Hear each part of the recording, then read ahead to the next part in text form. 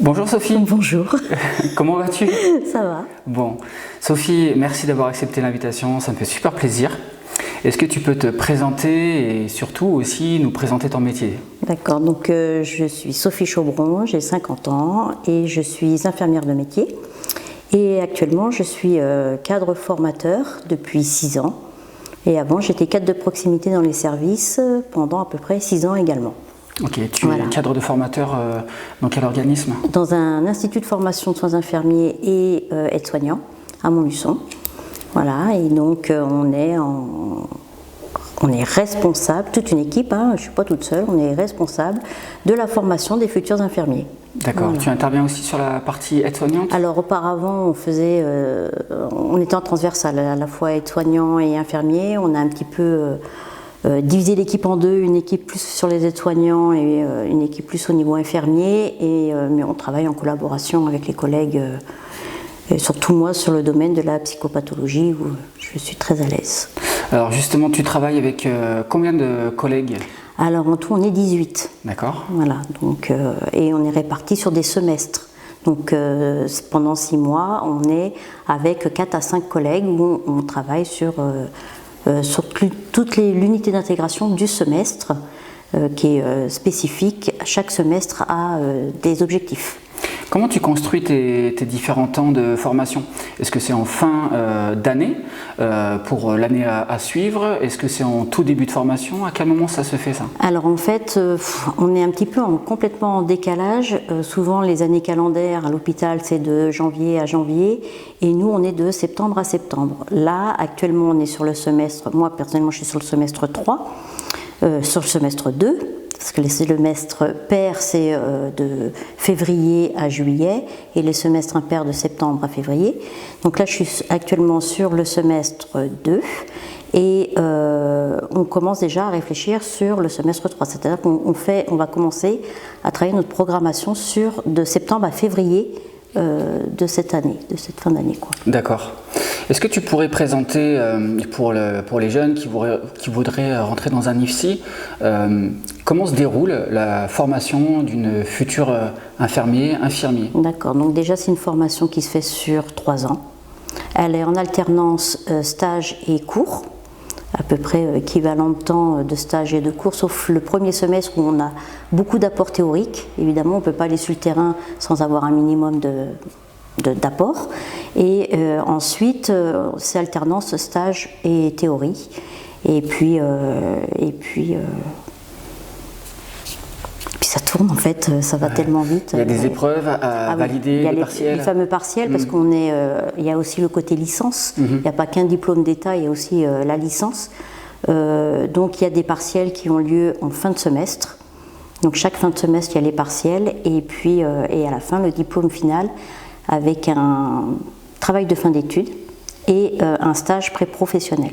Voilà, comment on valide excuse-moi, je t'ai coupé. Comment on valide ces partiels? Parce qu'on l'écoute beaucoup ça dans notre entourage. Ah, ma fille est en plein partiel. Ah, je suis en plein partiel. C'est des contrôles en fait. C'est un contrôle sur une unité d'enseignement. Par exemple, le raisonnement clinique, il va y avoir un partiel sur le raisonnement clinique. Donc un cas concret, il va falloir qu'ils fassent comme s'ils étaient auprès du patient et nous expliquer comment ils s'en occupent et repérer déjà les problèmes de santé et puis les actions qu'ils vont pouvoir mettre en place pour régler les problèmes de santé. Et après, il y a aussi les processus qui sont là, la psychopatho, la traumatisme, il y a les obstructifs, enfin tous les processus où là c'est donner du savoir en fait. D'accord. Voilà. Et quand tu valides ces partiels-là, si tu n'en valides pas un, qu'est-ce qui se passe? Il y a un rattrapage qui est possible. En fait, ils peuvent rattraper jusqu'à 4 fois. Il faut 48 unités d'enseignement de valider pour passer en 2e année. C'est-à-dire que si tous les partiels ne sont pas validés en première année, ça ne les empêche pas de passer en 2e année. Mais ils partent avec déjà une petite sacoche un petit peu lourde parce qu'il faut repasser, ils sont sur les partiels de 2e année, il faut qu'ils pensent à repasser les partiels qu'ils ont ratés en première année.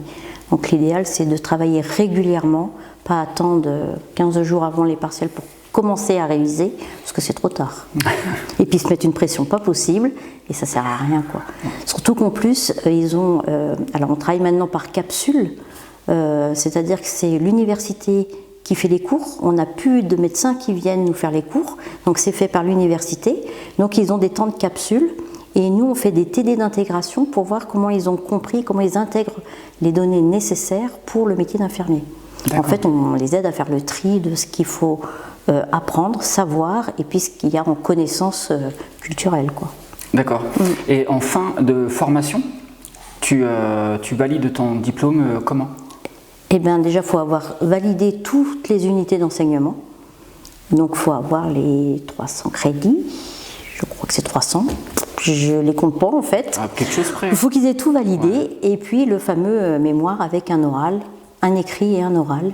Et puis, le stage pré-pro, qui est, lui, du coup, validé par le jury final du diplôme d'État. D'accord. Quand tu parles du stage, est-ce que c'est le même lieu de stage dans lequel ils vont dès la première année ou Ah non, ça change à chaque semestre, à chaque lieu de stage, ils ne vont pas au même endroit. Par contre, des fois, ils vont faire 2 fois de l'EHPAD. Ils vont faire de l'EHPAD dans le premier stage, où là, ils vont plus avoir une approche sur le rôle propre de l'infirmière, qui est donc les toilettes, parce qu'à chaque fois, on dit mais non, c'est l'aide-soignante, mais non, c'est le rôle propre de l'infirmière qu'on délègue à l'aide-soignante, donc on travaille en collaboration avec l'aide-soignante.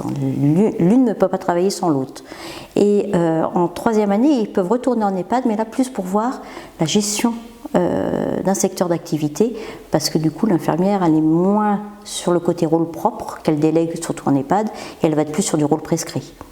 D'accord. Ok. Et le mémoire, c'est sur un thème Alors c'est sur une situation qu'ils ont pu vivre en stage, positive ou négative, qui les a interpellés, qui leur pose question, et du coup on les accompagne pour qu'ils puissent écrire et rechercher des concepts pour pouvoir analyser ce qui s'est passé et éventuellement avancer vers une hypothèse et puis améliorer peut-être le travail après tout. D'accord.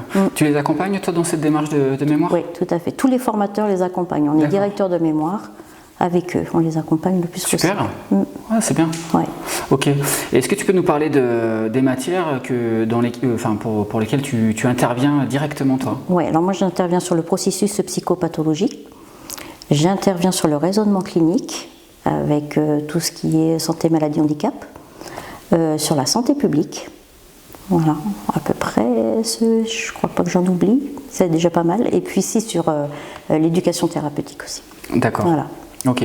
Et pour les infirmières qui rentrent à l'IFSI, c'est quoi le parcours classique d'une jeune étudiante? Par où elle est passée? Oui, le bac. D'où est-ce qu'elle sort? Et, entre guillemets, si elle sort du bac, quelles spé sont celles qui préparent le mieux à l'entrée à l'IFSI? Alors ça, c'est le truc qui m'agace un peu profondément. Les spé, parce que maintenant, on est parti sur... Il faut faire obligatoirement maths, SVT pour être à l'aise en IFSI. On écoute beaucoup ça, tu sais, je sais bien, mais c'est un lycée, petit peu... Et c'est vachement anxiogène chez les jeunes. C'est complètement faux. En plus, alors il y a la filière ST2S qui prépare quand même un peu plus. Au parcours, c'est un parcours un petit peu, j'ai envie de dire, le schéma habituel où c'est ST2S, entrée en IFSI. Il faut quand même avoir 16 de moyenne, faut le savoir, pour Parcoursup, parce que sinon ça passe pas. D'accord. Il y a les bacs pro, où j'avoue, on leur fait des fois un petit peu miroiter qu'ils peuvent aller faire l'école d'infirmière, mais le niveau est tellement...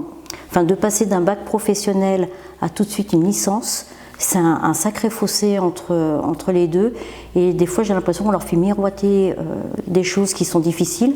Alors des fois de passer un petit peu par la formation aide-soignante qui va déjà leur apprendre à travailler différemment, à apprendre différemment, à mûrir un projet et avoir une expérience un peu plus différente des stages qu'ils ont pu faire en bac pro.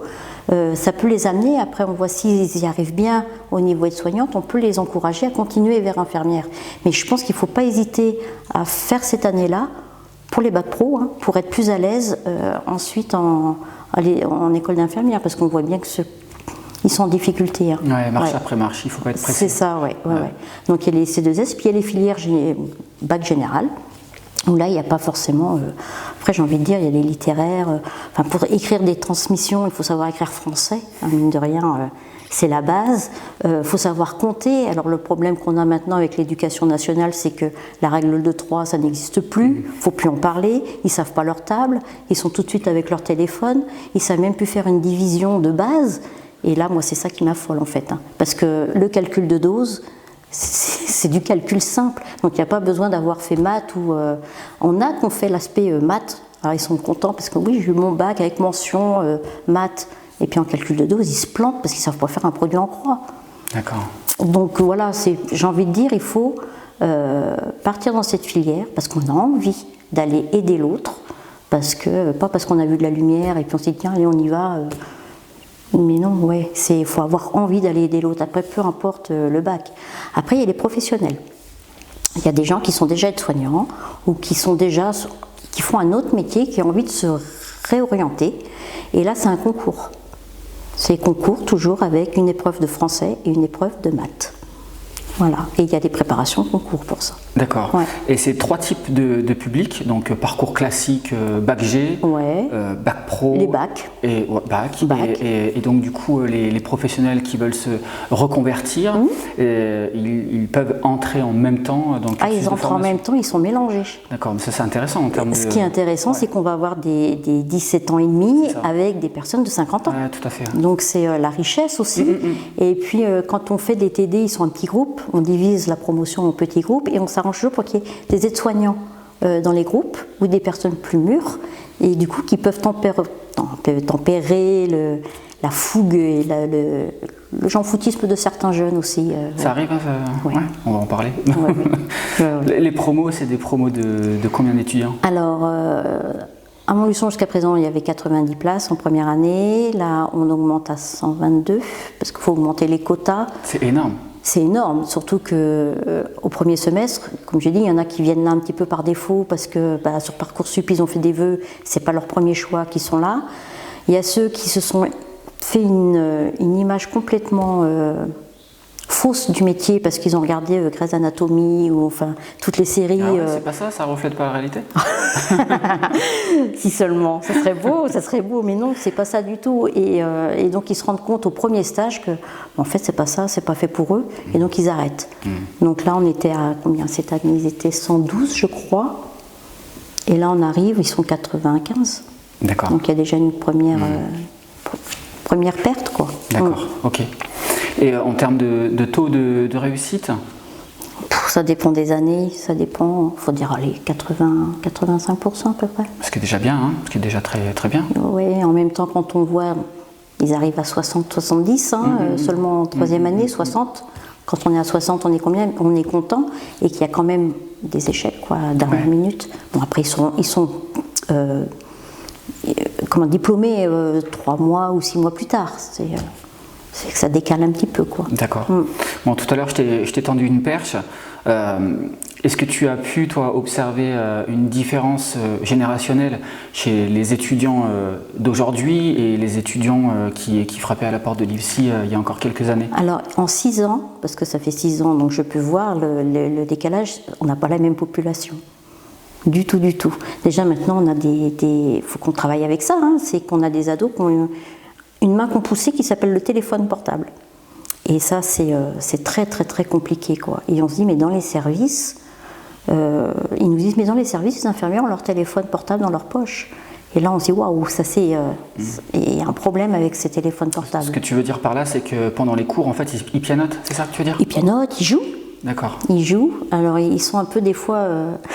Je dois avoir un radar. Je leur dis, mais j'ai un radar à téléphone, faites attention. Alors, au départ, ils se marrent, et c'est ça cause toujours. L'autre fois, on était dans l'amphithéâtre, donc quand même une centaine d'étudiants, dans le noir parce qu'on regardait un film. Et à un moment donné, je me suis levée. Je suis allée voir les étudiants et j'ai dit, vous me donnez vos téléphones. Alors que c'était un film, c'était un reportage, c'était hyper intéressant. Ça va les aider à comprendre. Normalement, c'est censé les aider à comprendre. C'était sur la bipolarité, c'est quand même assez complexe, mais ils sont quand même sur leur téléphone, quoi. C'est plus fort qu'eux, et 1 heure après, ils ne peuvent pas s'empêcher de reprendre leur téléphone. Ouais, c'est vrai qu'on peut observer un temps d'attention qui est assez limité, ou en tout cas un peu le phénomène de multitâche, c'est-à-dire que pendant qu'ils vont faire quelque chose, ils vont aussi faire quelque chose en... Ouais, mais du coup, ils ne le font pas à fond. En attendant, mais on est d'accord, mais c'est un vrai problème générationnel et sociétal pour le coup. Ouais, et puis même la concentration, hein. Ouais. Elle est vraiment... on voit bien qu'au bout d'1 heure, on les perd. Donc à nous aussi maintenant, on s'adapte. Il faut qu'on s'adapte à cette population. Après, là, on a eu quand même les élèves de Covid qui pendant 2 ans n'ont pas été en cours. Et on a vu le résultat, c'est qu'ils ne savent pas travailler. Ils ne savent pas être autonomes, en fait. Donc on se rend bien compte que le lycée, il sert à ça, à apprendre un peu en maturité, à devenir autonome, à faire du travail. Et ce Covid, eh ben, je pense qu'ils ont perdu ça. Ils n'ont pas eu ça. Et donc, alors ça n'excuse pas tout, hein, mais on voit bien qu'ils ont des difficultés à trouver une méthode de travail. Ouais. Donc à nous de les accompagner pour trouver une méthode qui leur correspond le plus. Une chose qu'on n'avait pas aussi auparavant, c'est les 10. On se retrouve avec des 10 pour tout, enfin dyslexique, dyspraxique. On a des 10, donc ils arrivent, ils se présentent, bah, je suis 10. Ouais, alors, on va travailler différemment, mais on va y arriver aussi. J'avais une étudiante, je l'ai en tête là, parce qu'elle avait tous les 10. Et elle se présentait en stage en disant je suis 10. Et à un moment donné, je dis mais stop, faut arrêter, on ne se présente pas comme quelqu'un de 10. Je dis ça se fait pas, je dis vous dites rien, prochain stage vous ne dites rien. Vous avez vos objectifs de stage, vous y allez. L'appréciation qu'on a eue, elle était nickel, avec une bonne dextérité. Et j'ai dit vous voyez là, bonne dextérité. J'ai dit maintenant je ne veux plus entendre parler de 10. Et là, elle est en 3e année, elle est épanouie, c'est plus la même. Est-ce que ça ne cache pas peut-être un manque de confiance en soi aussi je te dis ça, donc quelque part ça me dédouane un petit peu si je ne suis pas tout à fait à la hauteur. Non, je pense que maintenant, on a, dès l'instant... Alors, je pense que ça vient au niveau de l'éducation nationale, dès que les enfants sont un petit peu en difficulté et tout, on met le 10 derrière. Et je trouve que c'est la solution de facilité au lieu de les accompagner parce qu'ils n'ont peut-être pas la même méthode d'apprentissage, ils sont peut-être pas... Tous les enfants sont complètement différents et je pense que c'est aux professeurs, aux instituteurs de s'adapter et d'adapter leur pédagogie en fonction du public qu'ils ont en face d'eux. Nous, on le fait, pourquoi pas. Alors nous, on n'est pas... moi, j'ai pas fait l'éducation nationale, hein, mais on s'adapte, on essaye de faire de la pédagogie. La pédagogie, c'est s'adapter au public qu'on a en face de nous pour qu'ils intègrent les connaissances, quoi. Ouais. Tout à l'heure, tu disais, on ne vient pas faire ce métier parce qu'on a vu de la lumière, on le fait parce qu'on a envie d'aider l'autre. Tu observes quelque chose aussi en ce sens? Alors il y en a qui sont pleins qui ont des valeurs humaines, mais ça déborde, c'est super de voir ça. Et à côté, alors ils sont pleins de valeurs humaines, ils reviennent de stage avec les personnes âgées, oh elles sont mignonnes, toutes ces petites mamies, elles ne voulaient pas me laisser. Et là je me dis, waouh, on passe de l'empathie à la sympathie, il y a de l'affect qui commence, et là je leur dis, mais vous allez souffrir. Et les personnes vont souffrir aussi parce que vous leur donnez tellement d'attention, vous attachez quelque part à eux, vous êtes tellement avec eux pendant ces 4 ou 5 semaines, quand vous partez, ils se retrouvent seuls. Et c'est terrible pour eux. On n'avait pas vu ça de ce côté-là. Mais j'ai attention en stage à venir dans la sympathie avec des personnes. Eux, derrière, ils en souffrent parce que vous partez, vous revenez, vous êtes toujours dans la continuité, mais eux, ça s'arrête, quoi. Ouais, tout à fait, ouais. Donc ils ont le lien d'attachement qui est plutôt facile, mais le lien de détachement et de séparation, mais pour le coup, ils n'y pensent pas forcément. Ils n'y pensent pas à ça, ouais. Après, ils débordent, il y en a qui sont faits pour ça, on le sent. Après, c'est la maturité qui va venir et ça viendra. Au bout des 3 ans, on arrive à avoir des bons professionnels. Ouais. Après, il y a ceux qui ne sont pas faits pour ça et souvent, ils ont plus de mal. Ouais. Pas fait pour ça parce qu'ils n'avaient pas forcément pris la juste mesure de la réalité du travail. Pour faire ce métier, on donne de soi. Donc si on est un petit peu nombriliste, on souffre. C'est pas fait pour nous, quoi. On donne beaucoup. Ouais. Il y a quelque chose qui est très vrai aussi avec les générations actuelles, c'est la valeur travail, elle est plus forcément la même qu'il y a encore quelques années. Et le confort de vie, alors après, c'est un grand débat. Hein. Certains disent qu'ils ont raison, d'autres que pas tout à fait. Mais c'est vrai que le confort de vie de la personne, elle est vraiment sur le premier plan. Hein. Aujourd'hui, quand les jeunes choisissent un travail, le premier critère, c'est le confort de vie personnel. Hein. Est-ce que le travail que je choisis va me laisser suffisamment de temps pour moi? Est-ce que je vais être payé suffisamment? Est-ce que je vais avoir assez de congés? Voilà, c'est ces questions-là qui viennent en premier lieu. Avant, effectivement, le côté empathie, valeur humaine, aider l'autre. Quoi. Alors, ce qui est un petit peu... moi, j'ai remarqué depuis... quand j'étais cadre de proximité, déjà, les jeunes infirmières qui arrivaient dans le service, c'est... alors, je voudrais pas avoir tous les week-ends, je voudrais pas travailler un week-end sur 2, je voudrais avoir mes fériés. Je dis, mais là, vous êtes trompé de métier. Parce que c'est un métier où, oui, il faut savoir que les week-ends, ils sont comptés, les jours fériés, ils ne sont pas forcément au bon moment, on n'est peut-être pas en férié avec notre famille. Noël, Nouvel An, il faudra faire un choix, soit Noël, soit Nouvel An. Et ça, c'est comme ça. Après, les congés, ils en ont autant que les autres. C'est légiféré de toute façon, ils ont leurs 25 congés annuels, c'est comme ça. Il y a des RTT en plus maintenant. Je ne pense pas. Après, il faut se mettre dans l'idée que oui, les jours de repos, c'est pas forcément samedi, dimanche. Ça peut être mardi, mercredi, ça peut être jeudi, ça peut être... Enfin voilà quoi. Après, il faut voir le côté pratique. Le dimanche, tout est fermé. En semaine, les jours fériés, c'est pas mal aussi de pouvoir récupérer sur des jours où tout est ouvert. Ça a certains avantages, mais bon, voilà, en général, c'est vrai qu'on ne choisit pas un métier pour ces critères-là, quoi. Bah, s'ils veulent faire infirmier, s'ils veulent être infirmier ou être soignant, bah, c'est pas fait... Je pense qu'il faut qu'ils passent au-delà du lundi au vendredi et avoir tous ces week-ends. Même si j'avoue que c'est confortable parce que moi j'apprécie énormément d'avoir tous mes week-ends. Voilà. Alors au niveau des infirmières, tu nous as présenté un petit peu les compétences à avoir, les valeurs à posséder pour rentrer à l'IFSI. Quand on devient cadre de santé, toi tu as évolué en ce sens. Oui. Est-ce que ça change? Est-ce qu'il faut posséder de nouvelles compétences et si oui, lesquelles? Alors déjà de passer d'infirmière à cadre de santé, on change de métier. Parce que cadre de santé, évidemment, on devient responsable d'un secteur d'activité, d'une équipe. On est responsable de son équipe, donc des soins qu'il prodigue, donc à nous de veiller à ce qu'on soit dans les bonnes pratiques. Et puis il y a le côté où on a la direction et puis les consignes qu'on doit faire appliquer des fois aux équipes. Moi, j'ai fait ça pendant 6 ans et j'avoue que ce qu'on me demandait de faire maintenant en tant que cadre de santé de proximité, ça ne correspondait pas à mes valeurs. C'est des choses que je ne pouvais pas appliquer et donc j'ai préféré avoir une autre ouverture qui était cadre de santé formateur. Où là, je me suis retrouvée déjà à travailler en équipe et plus seule auprès d'une équipe. Donc c'est le côté aussi sympa parce que quand on doute, on peut aller poser des questions à nos pairs, donc c'est aussi rassurant. Et puis c'est un autre métier dans le sens où on part sur de la pédagogie. Alors on a notre métier, on a aussi ce qu'on est, parce que sur l'équipe, on n'est pas tous identiques, on est tous différents, on a tous des compétences différentes. On a une façon d'approcher les jeunes complètement différente aussi. Et du coup, c'est notre complémentarité dans cette équipe qui fait que le jeune, il va se rapprocher d'un cadre ou d'un autre, d'un formateur, en fonction de là où il se ressent, où il se sent le plus proche quelque part. Où il a, ouais. Et enfin, je trouve que c'est ce qui fait la richesse d'être en IFSI.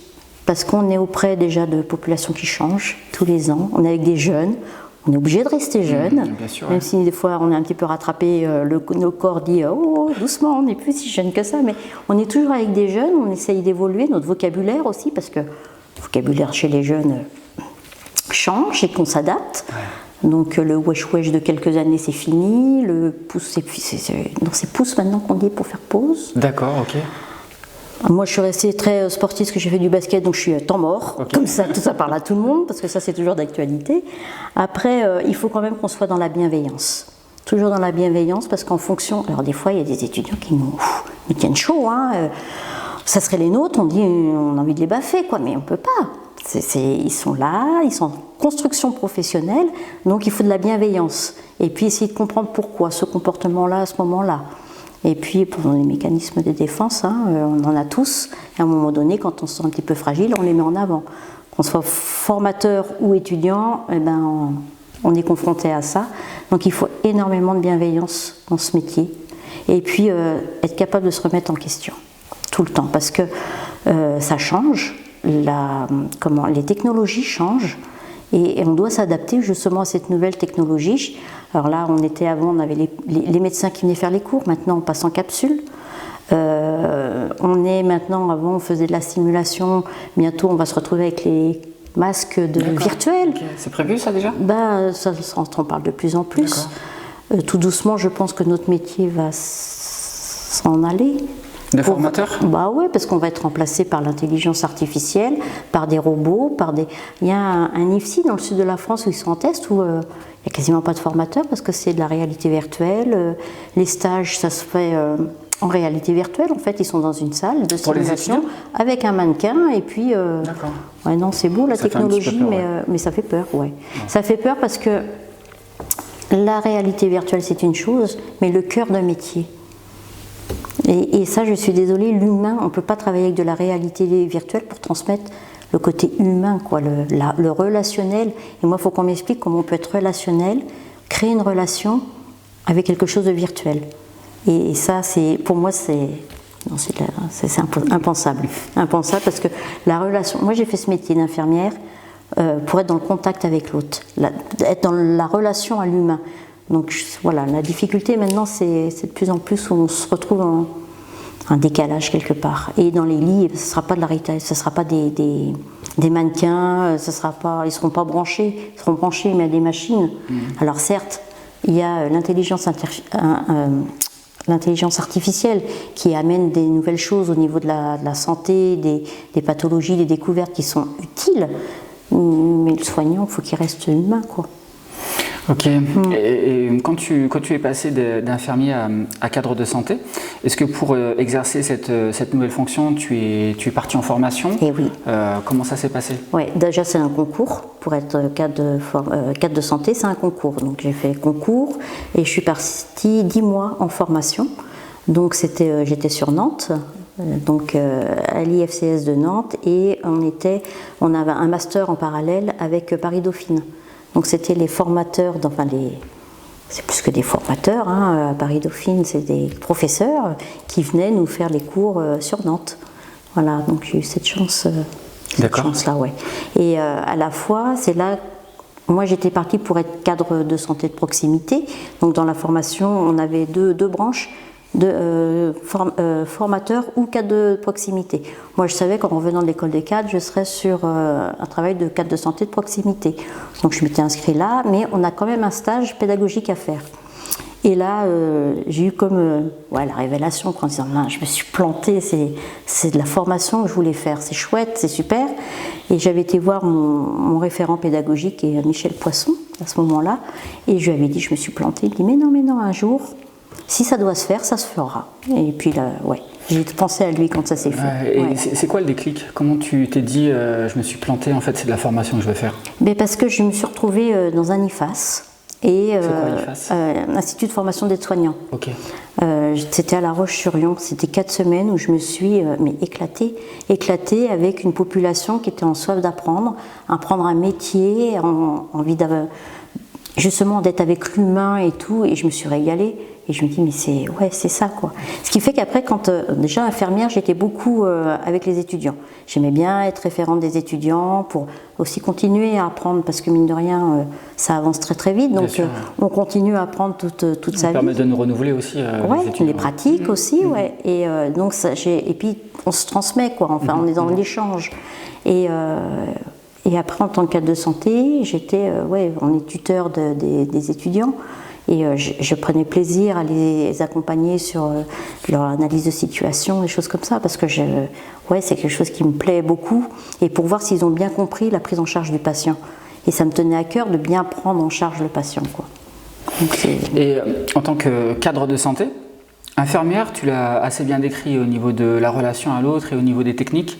Quand tu deviens cadre de santé, quelque part, pendant la formation, qu'est-ce qu'on t'inculque et surtout, après sur le terrain, qu'est-ce qu'on attend de toi? Alors, c'est un métier qui a beaucoup évolué parce qu'au départ, moi j'ai fait ce métier parce que j'avais une cadre sup qui était dans les projets et j'étais dans un établissement en Vendée où on était dans les projets. Donc le cadre de santé accompagnait ses équipes à faire des projets.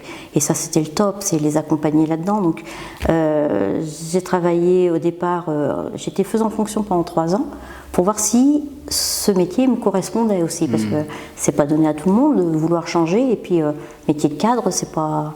Des fois, on a une perception qui peut être un petit peu idéalisée. Exactement. Et du coup, pendant ces 3 années, je me suis retrouvée sur un projet où il fallait rassembler 2 services en un. Donc, travailler avec les équipes pour qu'ils aient les bonnes pratiques et les mêmes pratiques professionnelles, parce que d'un service à un autre, ils ne travaillent pas de la même façon. Donc là, il fallait un petit peu réunir tout le monde et travailler pour que ce service devienne, avec cette grosse équipe, à travailler de la même façon. Il y a un travail intéressant sur la culture professionnelle. Ah, c'est clair, oui. Et puis après, je suis allée en USLD, en unité de soins de longue durée. Et le projet de l'établissement, c'était de créer un nouvel EHPAD qui regroupait la maison de retraite et l'USLD. Et d'ouvrir en même temps une unité Alzheimer. Et donc là, on est dans les projets, on travaille avec les équipes, avec la direction, avec le service économique, parce qu'il y a les budgets, et on est avec aussi les plans, le service technique pour les plans, de comment on imagine ce service. Enfin, j'ai adoré parce que la CATUC nous a vraiment intégré les cadres pour travailler avec eux. Donc d'un côté sur tout ce qui était logistique et tout ça, et de l'autre côté avec les équipes pour les amener aussi à apprécier ce nouveau lieu. Et puis ouais, et ça c'était, je me suis éclatée quoi. Je dis ouais, je veux faire cadre pour ça. Et donc j'ai continué là-dessus. Puis après pour des raisons personnelles, nous sommes arrivés dans la région ici. Et là, je suis tombée de très très haut. Parce que ce qu'on me demandait de faire ici, c'était la gestion de planning.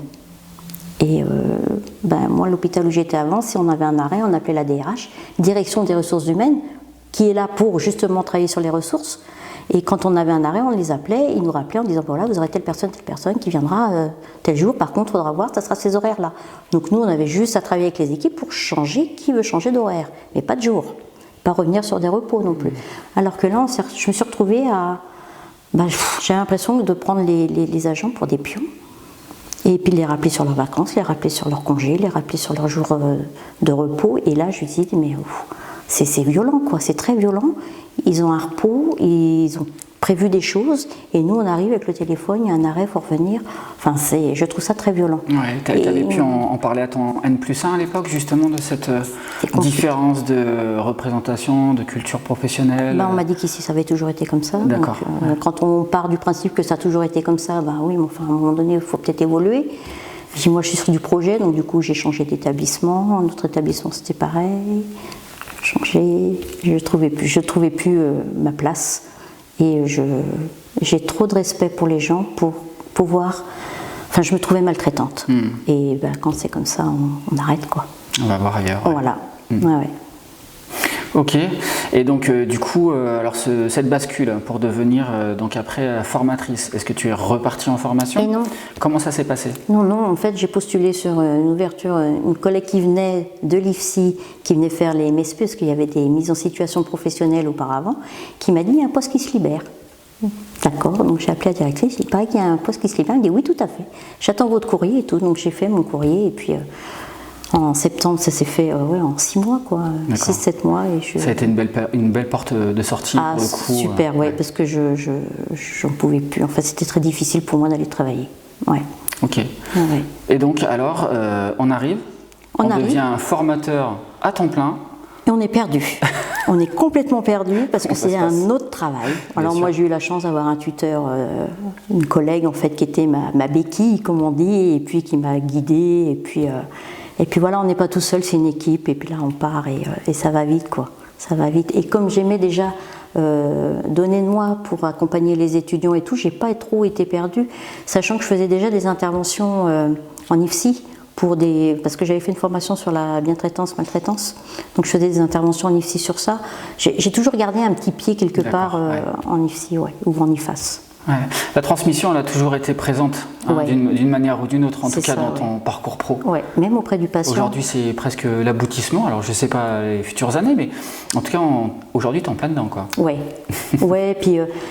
Et même maintenant, on parle de patients experts, et je trouve que c'est chouette parce que quand on explique aux patients, enfin moi j'étais en psychiatrie, donc c'était l'observance du traitement, et expliquer aux patients que s'il n'observe pas son traitement, s'il ne le prend pas régulièrement, il va rechuter, il va encore souffrir, et ça c'était aussi quelque chose de la pédagogie quelque part, où on les amène à prendre soin d'eux, par eux-mêmes. C'est quoi le patient expert? Tu peux nous en parler? En fait, le patient expert, il a fait une formation d'éducation thérapeutique. D'accord. Ouais, sur sa maladie.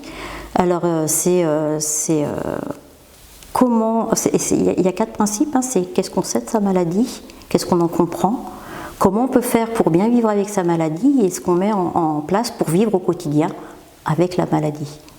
D'accord. Parce que le malade n'est pas la maladie. Oui, bien sûr. Ouais. Et donc c'est ça qui est hyper important. Donc il y a les infirmières qui sont formées à l'éducation thérapeutique, on en voit beaucoup en diabéto, en cardio aussi, et tout doucement en psychiatrie aussi, c'est intéressant. Et maintenant il y a des patients qui se forment pour expliquer à d'autres patients, sauf que l'avantage du patient expert qu'il y a par rapport à l'infirmière, c'est que lui, il a son vécu de la maladie. Il sait de quoi il parle, il l'a vu. Ouais. Alors que nous, on ne peut que supposer. Ouais, aujourd'hui, on parle beaucoup de père aidance. Je ne sais pas si dans le soin, on emploie ce terme-là. Père aidance. Père aidance, ouais. Ça vient pas chez vous encore. Dans le médico-social, ça émerge de plus en plus. Depuis quelques années, de plus en plus. C'est exactement ça. Ouais. C'est quelqu'un qui a vécu un trauma, X ou Y, ou en tout cas qui souffre d'une pathologie, qui a fait preuve d'une certaine forme de résilience, voilà, qui a compris des choses, et en tout cas qui est en mesure d'être une personne ressource pour un père. Oui, donc c'est comme l'expert en fait. Exactement. Ouais, c'est le nom qui est différent. Exactement. Mais c'est souvent le cas entre le sanitaire et le médico-social. C'est vrai qu'on a beaucoup de similitudes. C'est juste le vocabulaire qui change peut-être. Hein, tout à fait. Et tu parlais de psychiatrie. Comment tu as fait Est-ce que c'était un choix? Est-ce que c'était presque une suite logique? Mais comment tu as atterri dans le soin hôpital, EHPAD, psychiatrie? Comment s'est fait ton parcours? Alors, parcours complètement atypique. Au départ, je faisais des ménages chez les personnes âgées pour payer mes études. Donc déjà, il y avait cet attrait où on n'était pas dans le soin, mais faire du ménage et rendre une maison agréable et tout, quelque part on était un petit peu dans l'aide à l'autre. Voilà. Et donc ça, c'était pour payer mes études. Ma maman faisait ça. J'ai fait ça les étés, quand je pouvais. Je gardais des enfants les week-ends et puis je faisais des petits extras chez les personnes qui avaient un petit peu d'argent et je faisais le service le week-end à table, la cuisine, la vaisselle, enfin... Voilà, j'ai payé mes études comme ça et puis j'ai fait un bac F8. Donc on sortait soit préparation de concours ou soit secrétaire médical. Donc j'ai commencé à travailler comme secrétaire médical au CCAS à Nantes, au service personnes âgées. Et mes collègues m'ont dit « Mais t'es jeune, tu veux faire infirmière, vas-y, passe les concours ». J'ai passé les concours. J'avais dit jamais j'irai à Paris. Je me suis retrouvée en région parisienne. Dans un IFSI qui était dans un hôpital psychiatrique, c'était le nouveau diplôme en fait. Donc au lieu d'être, j'aurais pu passer ce concours pour être infirmière en psychiatrie, mais le diplôme n'existant plus, j'étais DE, mais dans cet établissement-là. Et pendant les cours, on avait les patients qui rentraient. Notre salle de pause, c'était le self des patients, enfin leur bar, parce que l'hôpital psychiatrique, c'est un village. Ouais. Enfin, avant, c'était comme ça, c'est un village dans le village. Donc en pleine immersion. Dedans, en plein dedans. Parfait. Et en même temps, on faisait des stages dans tous les autres services. Une fois que j'ai obtenu mon diplôme, pendant mes années d'école d'infirmière, je travaillais comme aide-soignante dans une clinique. J'ai continué à apprendre, on apprend toujours. Et une fois que j'ai été diplômée, j'ai travaillé dans cette clinique pendant 3 mois en chirurgie. Et là, je me suis dit, mais qu'est-ce que je me fais chier? Je m'ennuyais, c'était toujours pareil. Alors c'est rassurant, hein, on fait toujours la même chose. Routine, tu étais dans l'acte, technique. Ouais. Et ça m'a un petit peu saoulée. J'avais signé un contrat avec cet hôpital psy qui m'ont appelé en disant, on vous prend au 1er février. J'ai dit, d'accord, j'arrive. Et là, je me suis éclatée pendant 15 ans. D'accord. 15 ans, j'ai fait du service fermé, j'ai fait du CATTP, CNP. Alors, est-ce que tu peux expliquer les sigles, s'il te plaît? Alors, service fermé déjà, hôpital, on ferme tout à clé, on a des patients qui sont en transe, qui sont en crise, qui sont pas bien, qu'on ne peut pas se permettre de laisser dehors parce qu'ils vont se faire du mal. Et donc voilà, j'ai passé du temps, j'ai fait une formation pour faire des entretiens infirmiers thérapeutiques, parce que c'est une formation très spécifique, dans l'objectif d'aller en centre d'accueil et de crise ensuite, où là, c'était des petits secteurs de 9 lits qu'il y avait au centre de Paris, pour qu'on soit au plus près de la population. C'était ouvert 7 jours sur 7, 24 heures sur 24, téléphone ou présence. On avait toujours un psychiatre. Enfin, c'était une autre époque. Une autre époque. Complètement, ce que c'est fermé maintenant, tous ces petits centres d'accueil et de crise. C'est étonnant. Parce que ça fonctionnait super bien. Et là, j'ai vraiment pris plaisir, parce que la crise, c'est quelque chose de compliqué, de complexe, et d'aller chercher les gens dans leur souffrance, de réussir à les faire verbaliser, de les accompagner au mieux pour que cette souffrance, elle sera toujours là, mais un petit peu diminuée, qu'ils puissent vivre avec cette souffrance. Ça, c'était très intéressant. Après, pour des choix de vie, je suis retournée dans ma région, parce que j'avais dit jamais à Paris, mais j'y suis restée presque 10 ans quand même. Je suis retournée dans ma région et je suis retournée dans un service de psychiatrie avec le projet d'une ouverture d'un hôpital de semaine pour la réintégration des patients chroniques, réintégration dans la vie de tous les jours. Donc là c'est pareil, c'était très très très intéressant. Tu bosses avec quel type de professionnels là? Des infirmiers. Que des infirmiers psy, oui. Oui. Ah oui, il y avait que ça. Pas d'autres professionnels, pas d'aides-soignants, si des ASH, mais pas d'aides-soignants en psychiatrie. Parce que la prise en charge du patient, elle est dans la globalité, la toilette, ils disent des choses, on voit des choses, c'est beaucoup d'observations. Donc c'est très très, je me suis éclatée en psychiatrie. Je me suis éclatée. Ça se ressent. Ouais. Ouais, parce que les patients, alors il y a eu du mal de fait sous Sarkozy, on ne va pas se cacher, où il fallait du coup, on est retourné à l'enfermement, le fou doit être enfermé, enfin, c'est horrible ce qui s'est passé, la stigmatisation du fou. Moi, ça m'a énormément dérangée parce que je dis non, il ne faut pas tout confondre, quoi. Il y a le patient psychotique qui est dans une souffrance telle qu'il va se faire du mal à lui. Il y a le psychopathe qui là va faire du mal à l'autre, mais c'est pas très très psy. On dit psychopathe, mais parce que c'est le psyché qui fonctionne pas, mais leur place en psychiatrie est moins place. Après, il y a des patients qui peuvent être dangereux, mais c'est pas parce qu'ils veulent faire mal à l'autre, c'est dans l'hallucination, c'est le délire, c'est terrible ce qui s'était passé à Pau, mais après pour tout fermer comme ça s'est passé, et puis l'image, la représentation de la psychiatrie qui est véhiculée depuis, parce qu'on voit bien dès qu'il y a quelque chose, un meurtre, c'est présent d'une pathologie psy, et tout de suite c'est psy. Stigmatisé. C'est terrible, quoi. Ouais. Ce qui était surtout schizophrénique à cette période, c'est qu'il fallait réenfermer et qu'en même temps on fermait les lits, quoi. Oui. Donc ça, c'était aussi paradoxal. Ça continuait, et ça continue toujours. Ouais, c'est ça. Parce qu'ils ont beau dire l'hôpital, mais non, rien n'est fait pour l'hôpital. C'est une catastrophe. Ça fait peur d'ailleurs. Qu'est-ce que tu en ressors, toi, personnellement, en termes de philosophie, de vie, de travail? Qu'est-ce que ces années à travailler auprès de ces personnes fragiles t'ont apporté? Quel regard tu as, toi, sur ça? Moi, je dis qu'il faut vivre l'instant présent, vivre au jour le jour. Alors, ma vie fait qu'à un moment donné, je me suis dit, pourquoi faire des projets? Est-ce qu'on peut mourir demain? Je peux ne pas me réveiller, mourir, enfin voilà. C'est plutôt pessimiste. C'est très très très pessimiste, très pessimiste. Et en même temps, j'ai des enfants qui sont dans la vie, qui eux font des projets. Et moi, à côté de ça, j'étais, c'est raide, quoi. Et qu'est-ce qu'on donne, qu'est-ce qu'on offre à nos enfants, qu'est-ce qu'on va leur offrir comme devenir? Là, ouais, c'est mon côté pessimiste. Après, de l'autre côté, c'est on vit le jour, on profite de la vie, on y va, quoi. Chaque chose qui arrive, il faut prendre. Voilà. Parce que rien peut nous faire basculer de l'autre côté. De l'autre côté, aussi bien dans un traumatisme que la perte, que la maladie, que la mort. Ouais. Parce que la mort fait partie de la vie. Au bout de 27 ans d'expérience professionnelle, Sophie, comment tu gardes ta motivation? Qu'est-ce qui te motive toujours? Alors, le fait d'apprendre tous les jours, d'avoir des lectures, c'est hyper enrichissant. On apprend tout le temps, on apprend de l'autre. Même les jeunes, ils pensent qu'ils n'ont rien à nous apprendre, mais ils nous apprennent des choses. Donc ça donne une bonne motivation pour continuer. Et puis c'est un métier qui est riche, même si il demande énormément de rigueur.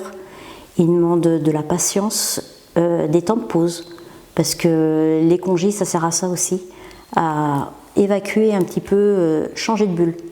Changer de bulle, parce que le bulle travail, elle prend énormément de temps, elle peut être envahissante, et c'est à nous de faire le nécessaire pour sortir de cette bulle. Donc le sport, le yoga, la musique, la vie en parallèle, et les vacances. Ouais. Tout à l'heure, tu disais que c'était un métier vachement enrichissant parce qu'il te permettait, et c'était nécessaire également, de te remettre en question de façon permanente et quotidienne. Comment tu le fais, ça? Comment tu y arrives? En fait, comme je fais les mêmes unités d'enseignement. Et en fait, on va se réinventer quelque part parce qu'il y a des nouvelles techniques, parce qu'il faut qu'on trouve des nouveaux scénarios, des nouveaux personnages et trouver quelle pathologie on va leur donner, parce qu'il faut qu'ils soient multipathologiques et tout ça. Et ça nous entraîne, ça nous donne on est en équipe, on est plusieurs, et c'est ça nous booste quelque part. Il faut trouver des idées, qu'est-ce qu'on va mettre en place, ou on partirait bien de ce film-là pour parler de cette pathologie, puis comment on va, eux, leur faire voir ce qu'on veut, qu'ils voient justement un truc tout bête, Shutter Island. Ouais. On regarde le film la première fois, oui, bon, on n'a pas tout bien compris. On regarde une deuxième fois, on commence à comprendre. Et nous, on le décortique. Et du coup, quand ils l'ont vu une fois qu'on le décortique, ils sont « faut que je le revoie, j'ai pas vu ça. Faut que je le revoie, j'ai pas vu ça. » Parce qu'il y a plein de petites choses dans ce film qui montrent le délire, comment il est bien construit et tout. Et ça, c'est le top. Quand on découvre un film, c'est « oh punaise, il y a tout ça à voir dedans. Comment on va pouvoir nous l'amener aux étudiants, quoi. » Donc c'est vraiment l'impression qu'on va au cinéma, on regarde un film, peut-être qu'on ne regarde pas comme il faudrait. On ne regarde pas en dilettante parce qu'il y a toujours derrière le côté pédagogique, qu'est-ce que je vais pouvoir saisir et transmettre, quand je vais pouvoir transposer ça. Pas forcément saisir, mais c'est oh là, ils disent des choses hyper importantes, un film tout bête, Les Intranquilles.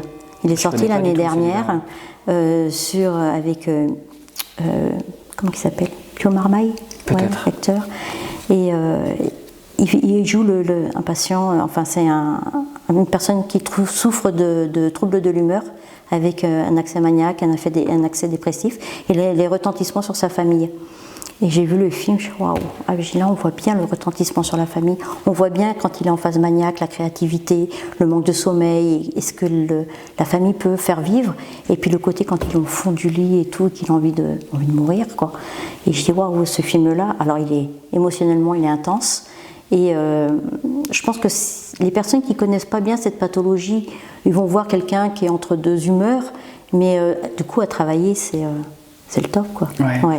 Tu te sers de ces supports-là, toi, dans tes cours ? Quand on essaye d'avoir les droits pour pouvoir les diffuser aux étudiants, sinon on part beaucoup sur les reportages YouTube, parce qu'il y a énormément, les yeux d'Olivier, là, il fait énormément de reportages intéressants avec des personnes qui parlent de leur maladie, donc là c'est du pain béni, ça, pour nous. On a juste à reprendre, et puis les débriefs, une fois qu'on a vu quelque chose, on part sur un débrief, les échanges entre les étudiants, c'est d'une richesse, ça c'est chouette, quoi. Ouais. Et comment toi tu te vois dans quelques années ? Est-ce que tu t'imagines dans cette même énergie positive là, qui te pousse vers l'avant, avec cette envie de continuer à apprendre de façon permanente ? Comment tu vois les années à venir pour toi ? Alors déjà, on apprend là que finalement on va travailler beaucoup plus longtemps que ce qu'on avait prévu. C'est ça. On se dit qu'on va vieillir, enfin il va y avoir un sacré écart d'âge à un moment donné, qu'on sera vraiment les vieux chiants auprès des étudiants. Et en fait, ces étudiants, c'est ce qui nous pousse à rester quelque part jeunes, et qui nous pousse, parce qu'on a envie de leur transmettre le métier d'infirmier qui est magnifique quand il est bien fait, et quand on leur donne la possibilité de bien le faire. Parce qu'il y a ça aussi. Tu as tellement d'amour pour ce métier ? Ouais. Hein ? Ouais. Qu'est-ce qu'il faut que tu leur dises à ces jeunes pour pas qu'ils viennent comme ça salir autant d'amour pour ce métier-là, ou en tout cas qui ne s'y inscrivent pas pour les bonnes raisons ? Ou qui ont des fausses représentations. Qu'est-ce que tu pourrais dire ? Qu'il faut... alors il faut voir la personne en face. En fait, des fois ils viennent et puis ils nous disent mais moi j'aime bien les gens. Je dis oui, la coiffeuse aussi elle aime bien les gens, elle leur donne. Oui, mais moi j'ai envie de prendre soin d'eux. Oui, il y a plein de métiers où on prend soin des gens. Même la vendeuse de fringues, elle va prendre soin des gens parce qu'elle leur donne une image quelque part.